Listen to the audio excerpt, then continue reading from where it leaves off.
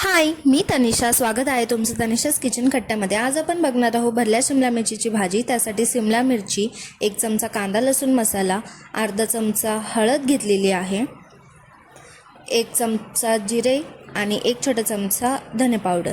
त्याचबरोबर 1 बाउल बारीक चिरलेला कांदा घेतलेला आहे, 1 वाटी शेंगदाण्याचं कूट आणि 2 ते 3 चमचे खोबरं घेतलेलं आहे. जर फुल रेसिपी बघायची असेल तर डिस्क्रिप्शन बॉक्समध्ये मी लिंक देते, नक्की चेकआउट करा. तर शेंगदाण्याच्या कुटामध्ये मी काही ड्राय मसाले घातलेले आहे आणि त्याचं स्टफिंग मी शिमला मिरचीमध्ये भरून घेतलेलं आहे. आता कढईमध्ये तेल कांदा भाजून घेतलेला आहे आणि त्याचबरोबर स्टफिंगची ग्रेव्ही तयार करून घेतलेली आहे.